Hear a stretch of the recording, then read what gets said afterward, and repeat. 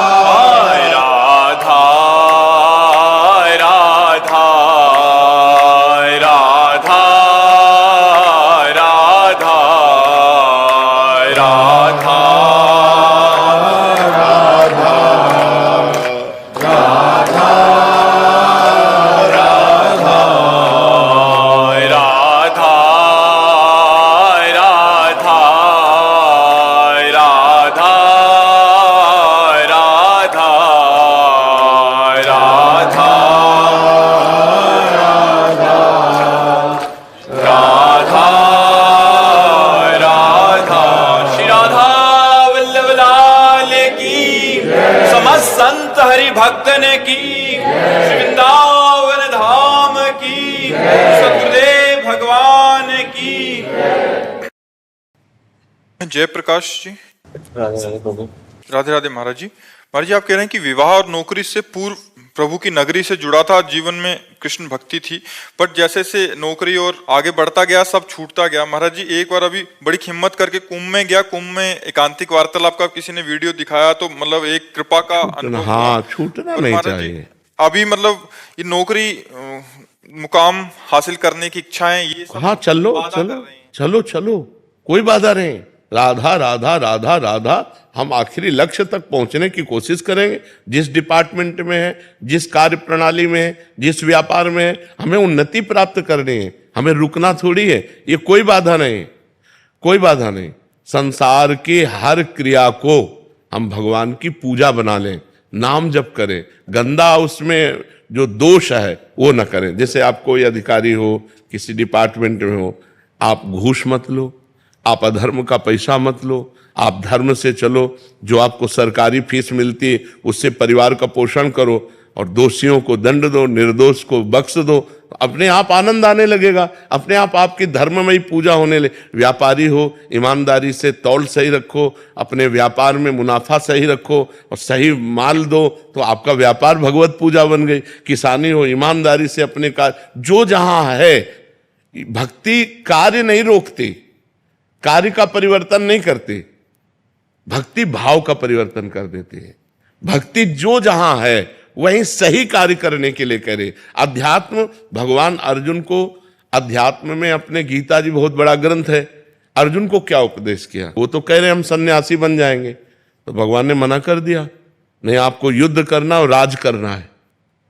कितना बड़ा खतरनाक काम युद्ध है, मरना मारना और विजय प्राप्त करके राज्य करना है। तो हमें लगता है कि हम लोग जो त्रुटि कर रहे हैं उनको दूर कर देना चाहिए और नाम जप करते हुए व्यापार है, नौकरी है, किसानी है, जो जहां है वो उसे खूब अच्छे ढंग से करे और उस कर्म को भगवान को समर्पित कर दे। भक्ति हो गई, इसी से भगवान प्रसन्न हो जाएंगे। ठीक है ना? अब कभी कभी इधर उधर की बातें भी ऑफिस में होती, उनको काटना चाहिए ना। फिर सुबह शाम को बहुत पछतावा होता है, नहीं, सुबह जाने का मन नहीं करता। देखो, जब हम नाटक में जाते हैं, नाटक कोई हमको करना पड़े रोल, तो रोल को रोल की तरह रखना चाहिए, सत्य नहीं मानना चाहिए। अगर वो नाटक में थोड़ी देर के लिए स्त्री बना तो जानता मैं स्त्री नहीं हूं, मैं पुरुष हूं। ऐसे ऑफिस में हम बैठे तो मुझे पता है ये अर्थोपार्जन के लिए मैं सेवा कर रहा हूं, लेकिन इससे हमारा कोई संबंध नहीं। लेकिन हमारा उद्देश्य अंदर अंदर चल, राधा राधा, ये सब मिथ्या है, ये सब नाटक है माया का, राधा राधा। लेकिन हम किसी से कह नहीं रहे, बाहर से हम भी वैसी बात कर रहे हैं। ऐसे चतुरता पूर्वक भक्ति की जाती है। उसको सत्य मान रहे हो इसीलिए विक्षेप पड़ रहा है। सत्य न मानो तो कोई विक्षेप नहीं पड़ेगा।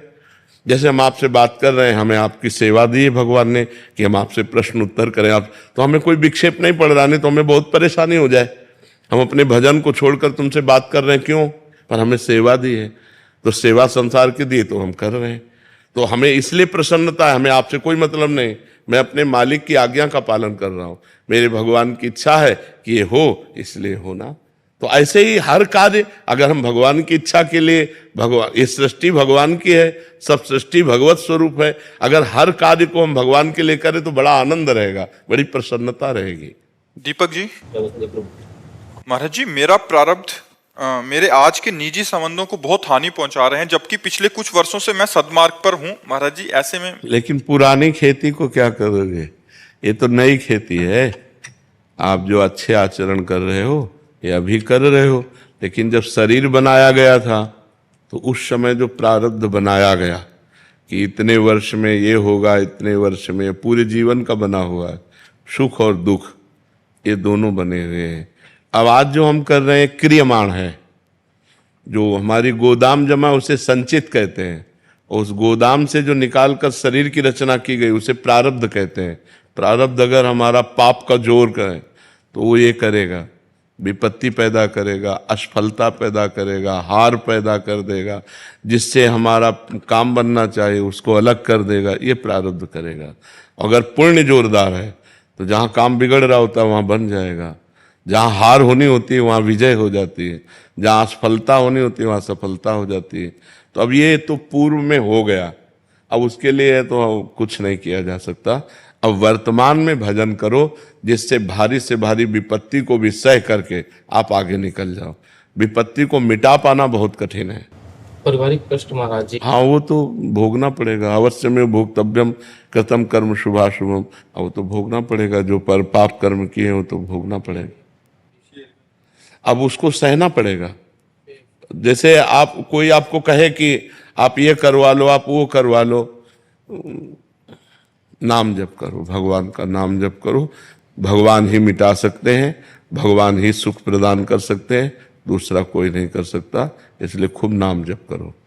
सौरभ गोयल जी, राधे राधे। श्री वैष्णव महाराज जी, इनका ये कहना है कि हमने जिस जन्म में वो कर्म या पाप कर्म किए हैं उसी जन्म में हमें क्यों नहीं भोगने को मिले, अगले जन्म में काय छूट।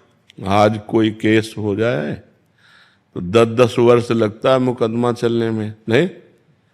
फिर इसके बाद पता चलेगा कि आजीवन कारावास, फिर उसके ऊपर जुर्माना भी। तो ऐसी एक गलती की सजा ये है। हमने लाखों गलतियां की हैं जो पीछे जन्मों में और इस जन्म में भी, जिसकी कोई सजा नहीं मिली, तो वो कर्म तो है ही, वो तो भोगना ही पड़ेगा। भाई, आप पैंट शर्ट उतार करके धोती साया पहन लीजिए तो आपकी पहचान थोड़ी मिट जाएगी। पहचानने वाला तो पहचान नहीं रहा कि केवल वेश बदल लिया, स्त्री का कर लिया है, ये वही है, जिसने कत्ल किया था वही है। तो भगवान तो पहचानते हैं ना कि आप वही हो, इस समय मनुष्य शरीर में हो, पीछे क्या थे उनको तो पहचान है ना। इसीलिए पूरा जीवन दंड भोगना पड़ता है। इसलिए बहुत होश में काम करना चाहिए। जो पकड़ पकड़ के मुर्गे की टांगे खा रहे हैं ना, जब इनकी टांगे जलेंगी तब इनको पता चलेगा। इसलिए मना करते हैं, मांस मत खाओ, शराब मत पियो, किसी को दुख मत दो, पाप मत करो, नाम जप करो, अच्छे आचरण करो, तो तुम सदैव सुखी रहोगे। माना पीछे हमसे गलती हो गई तो हम भोग रहे हैं, लेकिन आगे तो हमारा अच्छा रहेगा। अब आगे हम क्यों बर्बाद करें? तो आगे को संभालो और पीछे वाले कर्मों का जो भोग आवे, नाम जप करके धैर्यपूर्वक उसे भोग लो। समझ रहे हो ना जी? महक वर्मा जी, अंबाला से। राधे राधे महाराज जी। महाराज जी, हम जैसे महापाप आत्माओं का आप जैसे भगवत स्वरूप महापुरुषों के साक्षात दर्शन करने का भावार्थ क्या है महाराज जी? भगवान की कृपा। अब मोहि भाव भरोस हनुमंता, बिनु हरि कृपा मिले नहीं संता।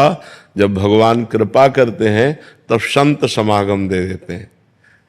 सुत दारा धन लक्ष्मी पापियों के घर होए, संत समागम हरि कथा तुलसी दुर्लभ दोए। यदि संतों का संग और भगवान की चर्चा सुनने को मिल रही तो समझो ये दुर्लभ बात भगवान की कृपा से हो गई। जब द्रवै दीन दयालु राघव तो साधु संगति पाइए। जब रघुनाथ जी कृपा करते हैं, राम जी कृपा करते हैं, तब संतों का संग देते हैं। संतों के संग का मिलने का मतलब है अब हमारी बन जाएगी। संतों का संग मिलने का प्रतीक है कि अब हमारी उन्नति होने वाली है, आध्यात्मिक उन्नति होने वाली है। अब हमारे दुर्गुण दुराचारों का नाश होने वाला है, अब हमारे पापों का अंत हो जाएगा और हमें अनंत भगवान के सुख की तरफ घसीटा जाएगा। क्योंकि संत मिले इसका मतलब अब हमारा मंगल होने वाला है। तभी विभीषण जी कहते हैं कि लंका में रहते हुए जब हनुमान जी के दर्शन में बोले अब मोहि भा भरोसा हनुमंता, अब भरोसा हो गया कि भगवान ने मुझे स्वीकार कर लिया है। क्योंकि बिनु हरि कृपा मिले नहीं संता। अगर राम जी कृपा न किए होते तो तुम न मिलते। विभीषण जी को लंका में भरोसा हो गया। तो हमें जो संत समागम मिलता है ये भगवान की कृपा से मिलता है। पर जी संत समागम होने के बाद हम किन किन सावधानियों को उनकी आज्ञा का पालन करें। उनके जो वचन है, जैसे अभी कहा मांस मत खाओ, शराब मत पियो, गंदे आचरण मत करो, पवित्र आचरण करो। अब इतने को स्वीकार कर लो, आपका जीवन उन्नतिशील हो जाएगा। आपका जीवन, आपका भविष्य, आपका परलोक सब आनंदमय हो जाएगा। देखो जो हम पाप कर्म करते हैं, यहाँ की सरकार जाने ना जाने, हमारी सरकार एक एक तुम्हारी क्रिया को देख रही है और इतनी प्रवीण है कि वो आपके एक एक छोटी हरकत का भी फल मिलेगा। वो हरकत अच्छी है या बुरी, उसका फल आपको मिलेगा। और एक एक सेकंड का, एक एक मिनट का, एक एक हरकत का आपका फल है। आप जो भी कर रहे हो उसका फल है। अब अगर पाप कर रहे हो तो उसका दुख फल है, विपत्ति फल है, हार है, पराजय है।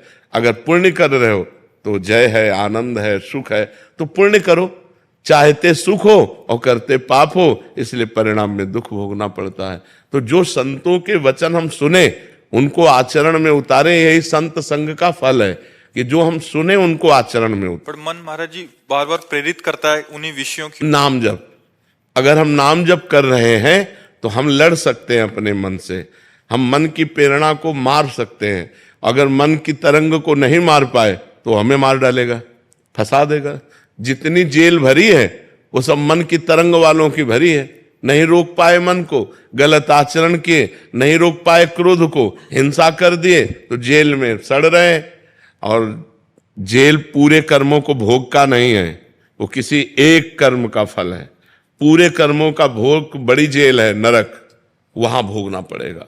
इसलिए पाप कर्म तो करो मती, खूब अच्छे कर्म करो, नाम जप करो, दूसरों को सुख पहुंचाओ जिससे तुम्हें आनंद की, माता पिता की सेवा करो, बुजुर्गों की सेवा करो जिससे तुम्हें आनंद मिले, सुख मिले।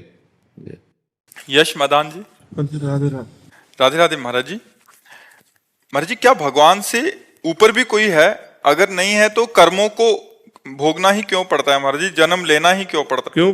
कानून जो बना हुआ है उन्हीं के द्वारा बनाया हुआ है। अगर आप उस कानून में गलत हो तो आप पिटोगे कि नहीं पिटोगे, फंसोगे कि नहीं फंसोगे, जेल जाओगे कि नहीं जाओगे? कर्म तो भगवान की मर्जी से ही होता है, नहीं, हमारी मर्जी नहीं। हाँ, तुम्हारी मर्जी से। भगवान ने आके कहा था तुमसे शराब पियो, भगवान ने तुमसे कहा था मुर्गा खाओ।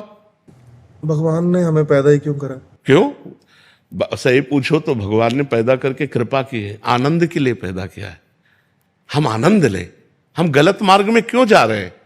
भगवान अब ये प्रश्न कह दे कि हमें बाप ने पैदा क्यों किया, हमारे बाप को भगवान ने पैदा क्यों किया, ये कोई प्रश्न है? आप बताओ, ये कोई प्रश्न है? भजन ही क्यों करना पड़ता है? नहीं, आप ये बताओ, ये कोई प्रश्न है? हमें क्यों पैदा किया ये प्रश्न नहीं है।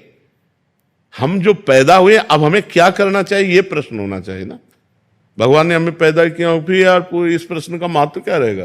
फिर पूरी इस नौटंकी का महत्व क्या रहेगा? पूरा जगन नाटक जो फैला हुआ है भगवान का। हाँ, भगवान ने पैदा किया है, धर्म से चलो, दोनों मार्ग बना दिए। जैसे दिन है, रात है, अच्छा है, बुरा है। अब आप बुरे मार्ग में जाओगे तो बुरा फल मिलेगा, अच्छे मार्ग में जाओ तो अच्छा फल मिलेगा। लेकिन वो भगवान तुम्हें बहुत प्यार करते हैं, तुमने कोई ऐसा कर्म नहीं किया था कि तुम्हें सुअर कुत्ता ना बना करके मनुष्य बनाया। ये उनकी कृपा है। अब हम उनकी कृपा का दुरुपयोग करके गंदे आचरण करेंगे तो फिर हमारे दुष्परिणाम तो आएगा ही आएगा, नहीं आएगा। और सही पूछो तो भगवान ने तुम्हें पैदा नहीं किया, भगवान खुद तुम बने हैं। तुम कौन हो? भगवान का अंश। हो ना, लेकिन उसको तो नहीं जानते ना। इतने बड़े शरीर में वो है, लेकिन तुम दर्पण देख के इसी को मैं मान रहे हो, उस अंश को तो कभी देखा नहीं। अगर उस अंश की तरफ बढ़ो तो प्रश्न ही खत्म हो जाएगा कि भगवान ने मुझे क्यों पैदा किया। भगवान ने नहीं पैदा किया, भगवान स्वयं बहुत रूपों में बन गए। एकोहम बहुत श्यामा। भगवान का अंश का मतलब होता भगवत स्वरूप हो। भगवान का अंश कोई कमजोर थोड़ी होगा, वो भी भगवान ही है। लेकिन हम भगवान से विमुख हो गए, भगवान को भूल गए और माया में फंस गए। अब कहते भगवान ने माया ही क्यों बनाई? क्यों का तो अंत नहीं है, क्यों का कोई अंत नहीं है। अगर हम सुलझना चाहें तो भगवान ने माया बहुत आनंद में बनाई। देखो माया में जल बना है, हमारे प्यास बुझाने के लिए जल है। माया में अन्न बना है, हमारी भूख बुझाने के लिए अन्न है। हम मुर्गा क्यों खाएं? हम पशु पक्षियों को क्यों खाएं? 56 प्रकार के भोग, 36 व्यंजन बनते हैं। अब गलत करोगे तो फिर गलत भोगना पड़ेगा। भगवान ने बहुत अच्छा सब कुछ बनाया है। अगर घर में शौचालय ना हो तो घर पूरा अधूरा माना जाएगा? नहीं माना जाएगा। पूरा घर तभी है जब रसोई भी है और शौचालय भी है। ऐसे ही भगवान ने बुरा और अच्छा सब कुछ बनाया है। लेकिन आप बुरे मार्ग में जाओगे तो बुरा फल मिलेगा, अच्छे मार्ग में जाओगे तो अच्छा फल मिलेगा। कर्म करने की आपको स्वतंत्रता है। कर्म करने के लिए भगवान ने आपको परतंत्र नहीं बनाया, आप स्वतंत्र हैं। कर्म करके भोगने के लिए परतंत्र हो। यदि आपने पाप कर्म किया तो अब ना चाहो तो भी भोगना पड़ेगा। कर्म करने के लिए स्वतंत्र हो, आप जो चाहो कर सकते हो, लेकिन उस कर्म का परिणाम भोगने के लिए स्वतंत्र नहीं हो। उसके ऊपर ईश्वर का शासन रहेगा। तुमने ये गलत किया तो उसको तुम्हें भोगना पड़ेगा। आप संसार में देखो, स्वतंत्र हो कि नहीं, जो चाहो कर सकते हो, लेकिन जो कर दिया अब उसका परिणाम तुम्हें भोगना। तुमने क्यों छेड़ा? अब छेड़ा तो उसका परिणाम तुम्हें भोगना पड़ेगा। तो इसलिए हम कर्म सावधानी पूर्वक करें, ये चिंता न करें कि भगवान ने हमें क्यों जन्म दिया। भगवान ने हमें जन्म दिया है आनंद के लिए। हम आनंद के, भगवान आनंद समुद्र है ना, तो आनंद लेने के लिए। लेकिन हम गलत मार्गों में आनंद ढूंढ रहे हैं, शराब में आनंद ढूंढ रहे हैं, पराई माता बहनों में आनंद ढूंढ रहे हैं, हम मांस खाने में आनंद ढूंढ रहे हैं, हम गंदे आचरणों में, हिंसा में आनंद। ये दुर्गति का कार्य है। समझ पा रहे आप? स्नेहिल गुप्ता जी ऑस्ट्रेलिया से। राधे राधे महाराज जी, आपके चरणों में कोटि कोटि प्रणाम। महाराज जी, सच्ची भक्ति क्या है और ये कैसे प्राप्त की जा सकती है?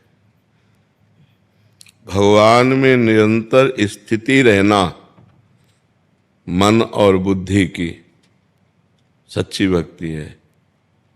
अर्थात अखंड भजन, तन्मया स्थिति सच्ची भक्ति का स्वरूप है। तदर्पिता अखिलाचारिता तद्स्मरणेन परम व्याकुलतेति। समस्त आचरण भगवान के अनुकूल हो और भगवान का तनिक विस्मरण होने पर ऐसी व्याकुलता हो जैसे मछली को पानी से अलग कर दे तो वो तड़पने लगती है। ऐसे हम परम व्याकुलते थे। त्रिभुवन की राजलक्ष्मी देने पर भी जो आधे पल के लिए भी भगवान का विस्मरण न करे वो सच्चा भक्त है। एक क्षण भी भगवान का भजन न छूटे, ये सच्ची भक्ति का स्वरूप है। और इस भक्ति को प्राप्त करने के लिए संतों का संग करे, संतों की आज्ञा का पालन करे, शास्त्रों का स्वाध्याय करे, पाप आचरण ना करे, भगवान की लीला कथा सुने, भगवान का नाम जप करे, भगवान की मूर्ति विराजमान करके सेवा करे। इससे भक्ति की प्राप्ति हो जाएगी। गौरव शर्मा जी। राधे महाराज, जय श्री राम। राधे राधे महाराज जी। महाराज जी, आपके एकांतिक में सुना था कि मन के द्वारा संतों से बात कर सकते हैं, तो मन बहुत खुश हुआ कि आपसे बात हो सकती है। महाराज जी, हमें वो पद्धति बताइए जिससे हर समय। पहले आप हमें मन दीजिए, हमारा मन और आपका मन एक हो जाए तभी तो बात होगी। ऐसे बात हो जाएगी? ब्लूटूथ सिस्टम होता है ना, मोबाइल में होता है ना अभी कनेक्शन ही नहीं तो पहुंचे तो कैसे पहुंचे? अभी कनेक्शन ही नहीं ना, कनेक्शन हो तब तो पहुंचे ना। आपके मन का कनेक्शन हमारे मन से हो जाए, हमारे मन का कनेक्शन आपके मन से हो जाए, तो यहाँ जो स्फुरित होगा वो आप में आ जाएगा, आप जो स्फुरित करेंगे वो यहाँ आ जाएगा। इस कोटि का प्रेम बड़ा दुर्लभ है। किसी संत से, किसी गुरुदेव से ऐसा प्रेम हो जाए कि हम अपना मन उनको दे दें, हमारी कोई रुचि नहीं, हमारी कोई इच्छा नहीं, हमारी कोई चाह नहीं, हर समय उनकी आज्ञा के अनुसार चल रहे हैं। मन गुरुदेव को समर्पित कर दिया, तन गुरुदेव को समर्पित कर दिया, अब उनके मन में जो चलेगा हमारे मन में आ जाएगा, जो हमारे मन में होगा वो गुरुदेव के मन में चला जाएगा। इस कोटि का समर्पण होने की बात है। हमने कई बार देखा, एक हमारी सेवा में थे, रसोई सेवा में, वो हमें बना के पवाते थे। अब हम ऊपर से सोचते आ रहे हैं कि अगर आज श्री जी के लिए ये बनाते तो अच्छा था। नीचे उतर के आए, उनका श्री जी का भोग क्या बनाया है? बोले ये बनाया, वही जो हम सोच रहे थे। एक बार नहीं, सैकड़ों बार ऐसा, पर उसका कोई नहीं, किसी से संपर्क नहीं, सीधे राधा वल्लभ जी जाना, भजन करना और बस चुपचाप हमारी सेवा में। तो जो हम सोच रहे हैं वही उसके मन में आ रहा है। पूरा समर्पण होने पर ही ऐसा हो सकता है। जब तक पूरा समर्पण हो जाए तो गुरु की कोई छोटी सी वस्तु भी आसपास हो तो तुम्हें पता चल जाएगी। गुरु के मन की तो बात जाने दो। बस अमीर खुसरो जी पूरे समर्पित महापुरुष थे। उनके गुरुजी दिल्ली आए हुए थे, तो किसी गरीब ने सुना कि बहुत सिद्ध फकीर हैं, अगर ये कृपा करें तो धन मिल जाए, क्योंकि गरीबी में धन की आवश्यकता होती है। बेटी का ब्याह था, तो वो गए, उन्होंने दंडवत की और कहा, बाबा बेटी का ब्याह है, कोई कृपा कर दो। तो उनका परसों आना टाल दिया। अब बाबा के पास क्या रखा है? संत सिद्ध हैं तो उनके पास रुपया थोड़ी रखा है। परसों फिर आए, बाबा वो बेटी का ब्याह है, आपने कहा था परसों आना, तो उनका ले जा, हमारी पादुका ले जा। लकड़ी की पादुका थी, कहा पादुका ले जा। अब कोई सोने से थोड़ी मड़ी थी। अब उसने विचार किया, मुझे तो धन चाहिए था, बाबा ने पादुका दे दिया, पादुका से क्या होगा, पर संत ने दिया है, कहा ले जा पादुका, अपने घर ले जा। तो अब माथे पे रख लिया और लिए जा रहे थे। 13 ऊंटों में असरफियां आदि लिए हुए अमीर खुसरो जी रत्नों के व्यापारी थे, वो आ रहे थे। उनका हमारे गुरुदेव की कोई वस्तु है आसपास। अब जो निकले बस वो ऐसे, जो वो खुला पादुका माथे पे रख, उनका ये कहाँ से पादुका लाए? तो बोले बाबा ने, गुरुदेव ने पादुका दी, मुझे दोगे? तो उनका मुझे पादुका की जरूरत थोड़ी थी, मुझे तो रुपए की जरूरत थी, बेटी का ब्याह था। बोले 13 ऊंटों में सरफियां लदी हुई हैं, ले जाओ, नौकरों सहित ले जाओ, हमें पादुका दे दो। अरे उन्होंने तुरंत पादुका दी, पादुका सर पे रखा, लौट के गए और कहा गुरुदेव पादुका वापस ले आया। बोले कितने की? बोले 13 ऊंटों की असरफियों से। तो उनका सस्ता सौदा किया। तो गुरुदेव की पादुका की गंध आ रही थी अमीर खुसरो की, मेरे गुरुदेव की, मेरे मालिक की कोई वस्तु है। तो जब हमारा चित्त ऐसा समर्पित हो तब हम संत के मन की बात जान सकते हैं, ऐसे थोड़ी जान सकते हैं। स्वप्न में क्या कभी आप उत्तर देते हुए प्रतीत होते हैं? बिल्कुल बिल्कुल। ऐसा लगता है हम प्रश्न कर रहे हैं, आप उत्तर। हाँ जी। राजकुमार सक्सेना जी, नोएडा से। राधे राधे महाराज जी। महाराज जी, मोक्ष प्राप्ति हेतु की गई भगवत साधना या नाम जप सही है या बिना किसी इच्छा के निस्वार्थ पूजा? महाराज जी कह रहे हैं कि मोक्ष प्राप्ति का कामना है और फिर हम भगवत साधना या नाम जप कर रहे हैं, ये सही है या बिना किसी स्वार्थ के की गई निस्वार्थ पूजा? मतलब में कुछ नहीं चाहिए, बस हम पूजा कर वैसे सर्वश्रेष्ठ बात तो ये है कि कुछ नहीं चाहिए, ये बात भगवत दर्शन। आप कुछ ना चाहे, भगवत दर्शन भी नहीं, मोक्ष भी नहीं, हम एक भी मिनट भजन नहीं छोड़ेंगे, बस ये बात पकड़ ले। हम निस्वार्थ समाज की जो सेवा मिलेगी करेंगे और डट के भजन करेंगे तो मोक्ष भी मिल जाएगा, भगवान भी मिल जाएंगे और कोई चिंता भी नहीं रहेगी।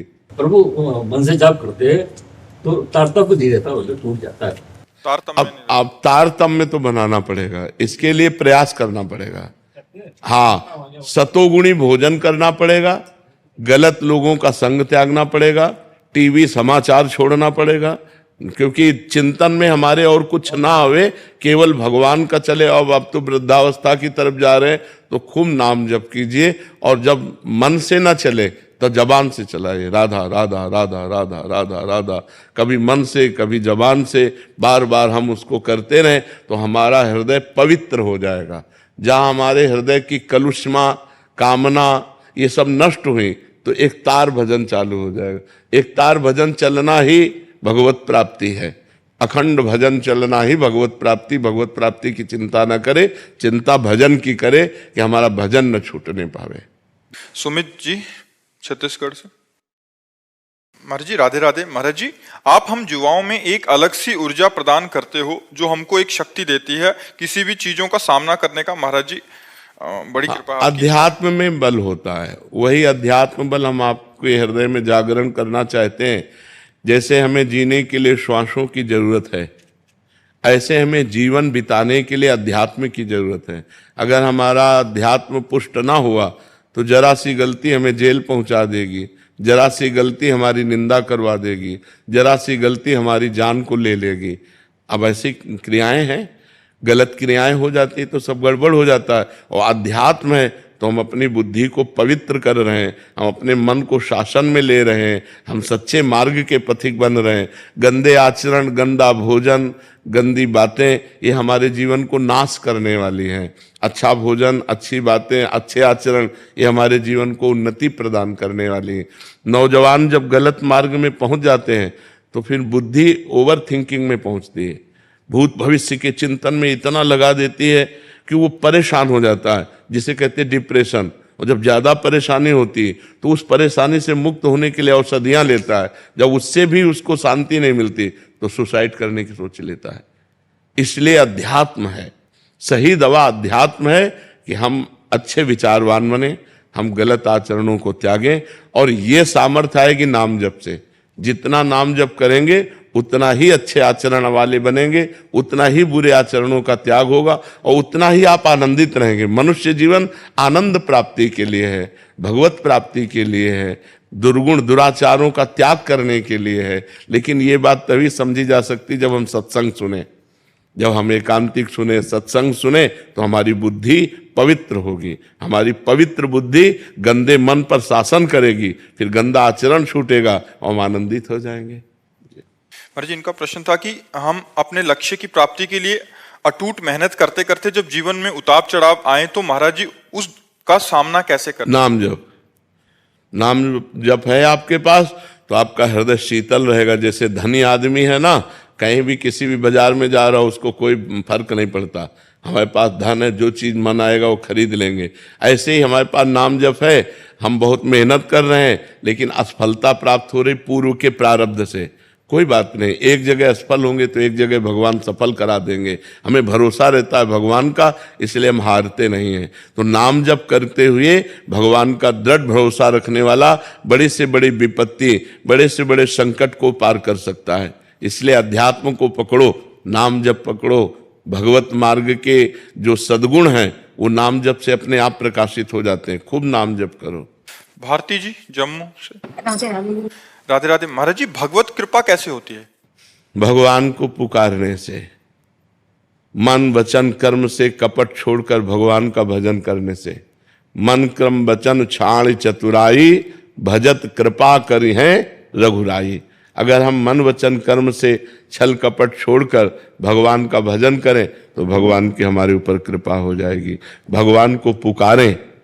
भजन करने का मतलब जैसे हम राम राम राम राम, राधा राधा राधा, तो मानो हम प्रभु को पुकार रहे हैं, राधा राधा राधा, हे किशोरी जो हम पर कृपा करो।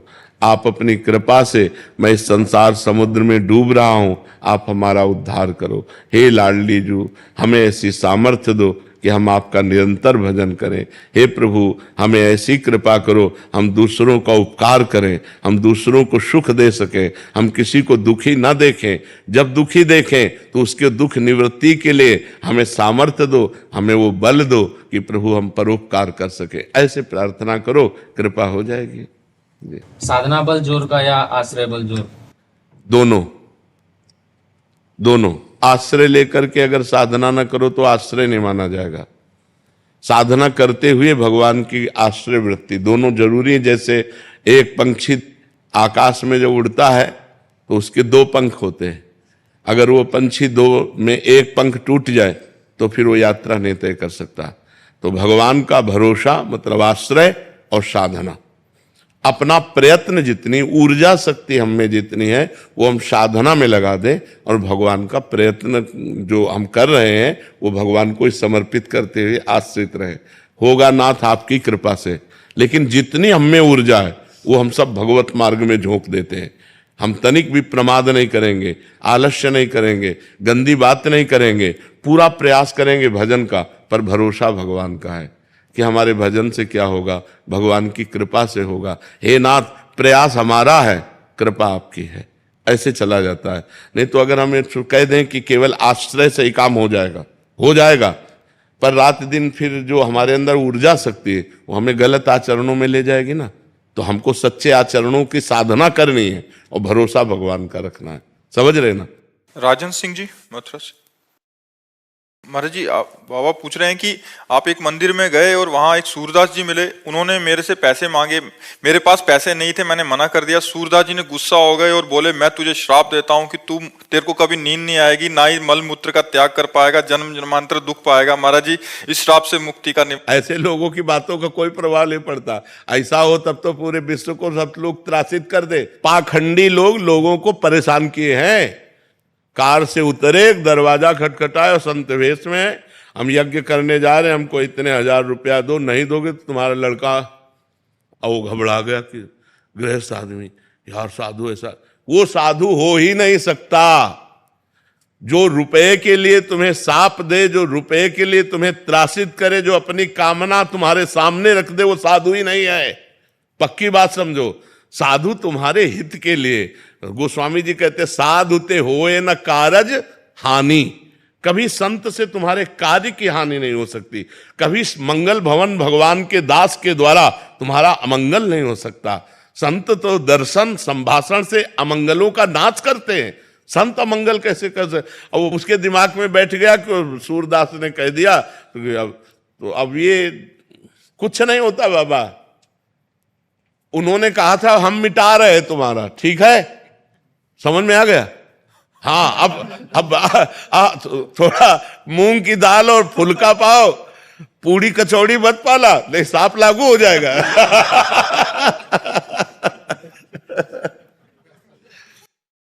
सुनील जी बोले राधा वल्लभ शेरवंश। महाराज जी आपके चरणों में कोटि कोटि नमन। महाराज जी हम श्री जी के प्रति समर्पित हैं, इसका कैसे पता चले। हमारी कहीं ममता नहीं रह जाएगी जब हमारा समर्पण हो जाएगा, कहीं ममता नहीं। सबकी ममता ताग बटोरी, मम पद मन ही बांध बर डोरी।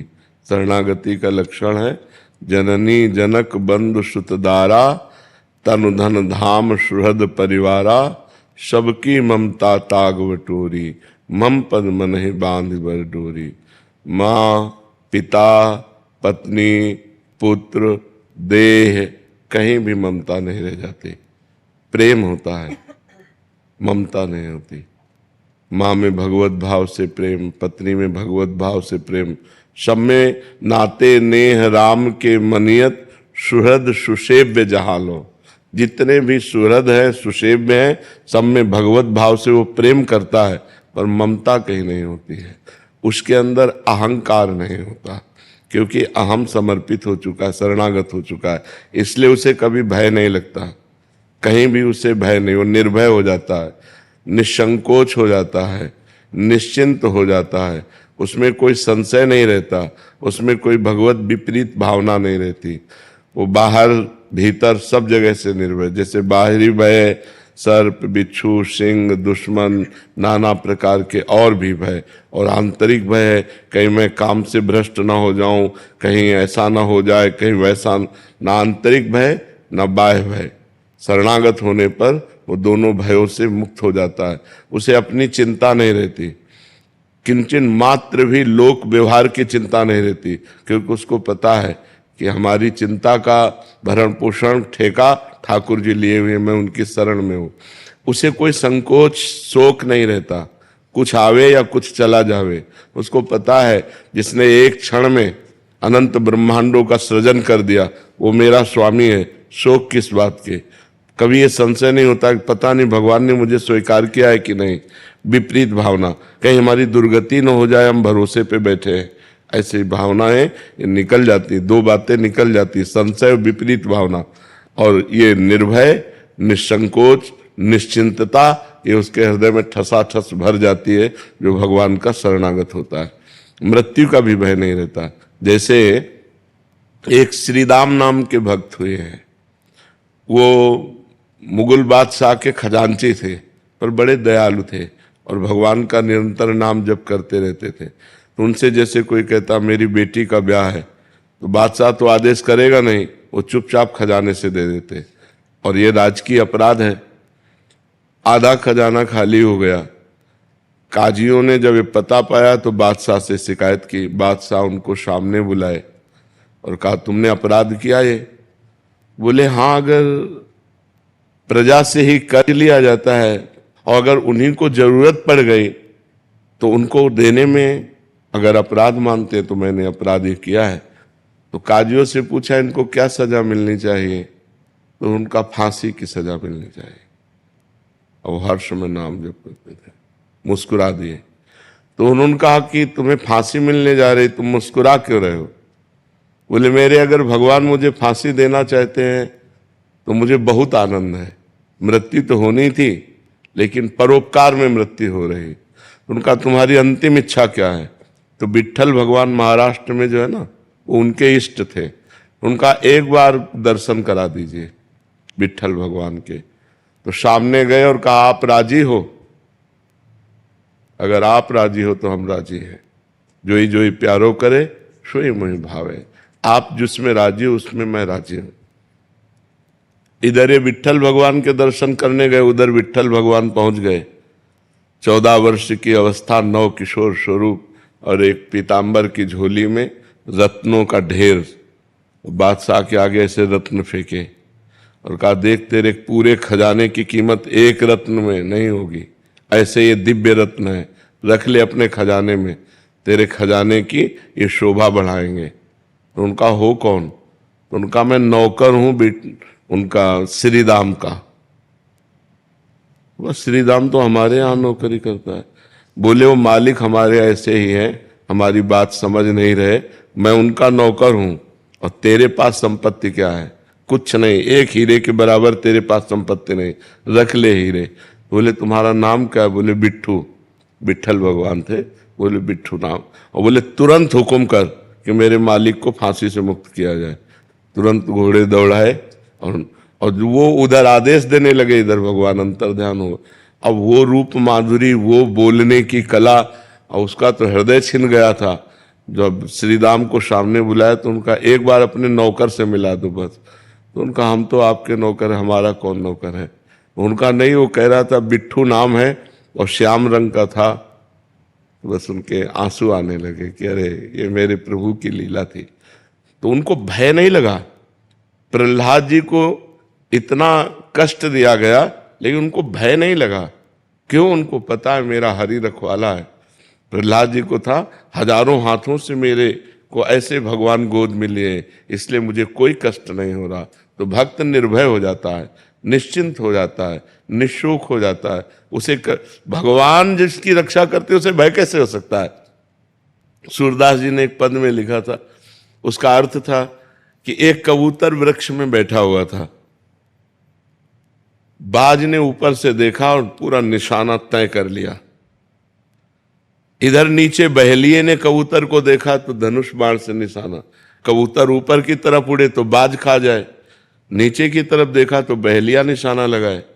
उसको पूर्व जन्म के संस्कार से भगवान की याद आ गई कि नाथ ऐसी भी परिस्थिति, अब हमें बचने का कोई उपाय नहीं। ऊपर उड़ता हूं तो बाज खा जाता है और नीचे उड़ता हूं तो बहेलिया मार देगा। ऐसे में केवल आप बचा सकते हो।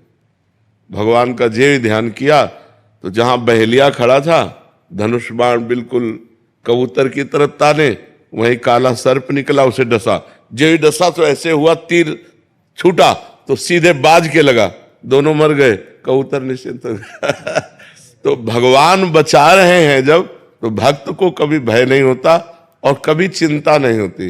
देखो सुदामा जी के 2-2 दिन 4-4 दिन खाने को नहीं था, और जब मालिक की कृपा हुई तो सुदामा पुरी बन गई, जैसे द्वारिकापुरी वैसे सुदामापुरी। तो भक्त को कभी शोक नहीं होता, कभी चिंता नहीं होती, कभी भय नहीं होता, वो भगवान की शरण में निश्चिंत, निर्भय, निशोक रहता है। समझ पा रहे हैं आप? हाँ, भगवान में एकदम निश्चिंत, मस्त एकदम। और ऐसा नहीं कि विपरीत परिस्थितियों में भी मस्त, अनुकूल परिस्थिति में तो सब मस्ती दिखाते हैं। जब विपत्ति हो, प्रतिकूलता हो, तिरस्कार हो, संसार में कोई साथ ना दे रहा हो, तब मस्ती हो तो जानो भगवान की शरणागति की मस्ती है जी। लवीना बत्रा जी जयपुर से। महाराज जी, इनका प्रश्न है कि राधे राधे। बट शरणागत हुआ कैसे जाता है? क्या किसी विशेष स्तुति के उच्चारण से शरणागत हुआ जाता है? हाँ, शरणागत की 4 बातें हैं। पहला है आज्ञा पालन। किसी संत प्रथम भगत संतन कर संगा, किसी संत महापुरुष का आश्रय ले लो, उनको अपना आदर्श बनाओ। पहले सत्संग करे, और सत्संग से पहले खूब अच्छी तरह जांच ले कि दंभ पाखंड नौटंकी नाटक तो नहीं है, रुपया कमाने के लिए पाखंड तो नहीं किया जा रहा है। अगर ये समझ में आ जाए भगवान की प्रेरणा से कि इनके आदेश उपदेश से हमारा जीवन पवित्र हो जाएगा, भगवान के चरणों में शरणागति हो जाएगी, तो प्रथम भगति संतन कर संगा, पहले संतों का संग करे और उनके बात को मानने की अपने अंदर प्रबल श्रद्धा रखे। पहले है आज्ञा पालन, दूसरा है संकेत के अनुसार चलना, तीसरा है रुचि में रुचि मिला करके चलना, और चौथा है सब में भगवत भाव करना। इससे शरणागति हो जाती है। हम किसी संत की आज्ञा पर चले, उनके संकेत के अनुसार चले, और उनकी रुचि में रुचि मिलाकर चले, और सारे जगत को भगवान के भाव में देखें कि सिय राम में सब जग जानी, करो प्रणाम जोरि जुग पानी, सब में भगवान विराजमान। अब पहली बात, आज्ञा पालन की सामर्थ्य कहां से आएगी? भगवान का नाम जप करने से। जितना भगवान का नाम जप करोगे उतने संत और शास्त्र की आज्ञा पालन करने की सामर्थ्य आएगी। किसी भी संत की आज्ञा का पालन यदि आपने अक्षरशः कर लिया तो देवर्षि नारद जी कहते हैं महत्संगस्तु दुर्लभ हो, महापुरुषों का संग मिलना दुर्लभ है। फिर लिखा है अगम्यो, निर्वाह कर पाना कठिन है। यदि उनकी आज्ञा का पालन कर ले गए तो अगला शब्द लिखा अमोघश्च, निश्चित भगवत प्राप्ति हो जाएगी। तो भगवान के प्रेमी जनों का संग, उनकी आज्ञा का पालन, आज्ञा पालन करने के लिए निरंतर नाम जप और परोपकार की भावना, सब में भगवत भाव, इसी से शरणागत हो जाएगी। शरणागति अंदर से बस कि मैं भगवान का हूं, भगवान के सिवा हमारा कोई नहीं। जैसे मीरा जी कहते हैं मेरे तो गिरधर गोपाल दूसर हो न कोई। शरणागति का मतलब होता है हर बात भगवान से कहना, भगवान के चिंतन में रहना, भगवान का नाम जप करना, भगवान के प्रेमी संतों की आज्ञा के अनुसार चलना। क्योंकि बिना गाइड के रास्ता तय नहीं होता। जो हमें रास्ता मालूम ही नहीं है तो हमें उस रास्ते का गाइड तो चाहिए। तो भगवत मार्ग के गाइड होते हैं सिद्ध महापुरुष, जो भगवान को प्राप्त होते हैं या भगवान की प्राप्ति में तन्मयता कर रहे हैं, अच्छे साधक और सिद्ध। आजकल जो है भगवान के मार्ग को भी एक मतलब साधन बना लिया गया है अपने जीने खाने का, जबकि भगवान लोक परलोक सबका भरण पोषण करने के लिए स्वयं ठेका लेते हैं। यदि हम निष्काम भाव से भगवान की भक्ति करें, अगर हम सही ढंग से चलें तो लोक परलोक का सारा वैभव अपने आप प्राप्त हो जाएगा। दंभ करने की जरूरत नहीं, नाटक करने की जरूरत नहीं। भगवान ने कहा अनन्यस चिंतयन्तो माम ये जनाः पर्युपासते तेषां नित्याभियुक्तानां योगक्षेमं वाम्यहम्। तुम केवल मेरा अनन्य चिंतन करो, जो जन मेरा अनन्य चिंतन करता है उसके योगक्षेम का वहन मैं करता हूं। और जब भगवान करता होंगे योगक्षेम का वहन तो कमी क्या रह जाएगी? आनंद ही आनंद रहेगा, हृदय भी आनंदित रहेगा और बाहर भी सुख सुविधा रहेगी। तो हमें लगता है भगवान के मार्ग में कपट, चतुराई, छल, दम्भ ये करने की तो जरूरत ही नहीं। महालक्ष्मी पति प्रभु हैं, जिस दिन कृपा कर देंगे मारा वैभव घूमेगा। इसलिए ईमानदारी से भगवान के मार्ग में चलने के लिए किसी सिद्ध संत या अच्छे साधक, तो प्रथम भगति संतन कर संगा, दूसरी रतिमम कथा प्रसंगा। भगवान के लीला चरित्रों का खूब गायन करे और खूब श्रवण करे। श्री गोस्वामी तुलसीदास जी करें, गुरुपद पंकज सेवा तीसरी भक्त अमान, मान रहित होकर गुरु चरणारविंद की सेवा। और चौथी भगत मम गुण करे कपट तज गान। कपट यही, ये भगवान का चरित्र तो गा रहे हैं, लेकिन आशा, मान, प्रतिष्ठा, रुपया, पैसा, ये सब कपट है। अपना यश चाह रहे, अपनी वासनाओं की पूर्ति चाह रहे और गान कर रहे हैं भगवान के यश को, तो ये कपट हुआ। भगवान की भक्ति भगवान की भक्ति के लिए, भगवान की कथा भगवान की प्रीता के लिए। तो चौथी भगत मम गुण गन करे कपट तज गान, मंत्र जाप मम दृढ़ विश्वासा, पंचम भगति सुवेद प्रकाशा। पांचवी भक्ति बता रहे हैं कि खूब निरंतर नाम जप, मंत्र जप, विश्वास के साथ किसी से काम हो जाएगा। मंत्र जाप मम दृढ़ विश्वासा, मेरे ऊपर दृढ़ विश्वास और मेरे मंत्र और मेरे नाम का जप। पंचम भगत सुवेद छठदम शील विरत बहुकर्मा, निरत निरंतर सज्जन धर्मा। जो संत जन आचरण करते हैं उन आचरणों को हम करें, मतलब जो आदेश करते हैं, और शीलवान रहें, सहनशील रहें, तितिक्षु रहें, मान अपमान में, दुख सुख में समान भाव रखें। सातों सब मोहिमय जग देखा, मोते अधिक संत कर लेखा। सातवीं भक्ति है पूरे संसार को भगवत स्वरूप देखना, और भगवान कह रहे मेरे से भी अधिक संतों को मानना, ये सातवें। और आठों जथा लाभ संतोषा, सपने नहीं देखे परदोषा। जैसे भगवान हमको रख रहे हैं उसी में हम संतोष करें और स्वप्न में भी किसी के दोष ना देखें। नवम सरल सब संचल हीना, भगवान कह रहे मोह कपट छल छिद्र न भावा। तो तुम्हारा स्वभाव सरल होना चाहिए, तुम्हारे आचरण पवित्र हो। नवम सरल सब संचल हीना, मम भरोस ही हरस न देना। मेरे ऊपर दृढ़ विश्वास हो और लौकिक वस्तुओं की प्राप्ति में हर्ष न हो, और लौकिक वस्तुओं के नष्ट हो जाने में दीनता न हो कि मैं अमुक वस्तु होती तो ठीक है, नहीं। दीनता भक्ति की हो और आनंद भगवान के चिंतन का हो। मम भरोस, मेरा भरोसा दृढ़ हो। अगर ये 9 लक्षण आ जाए तो पूर्ण शरणागत हो जाए।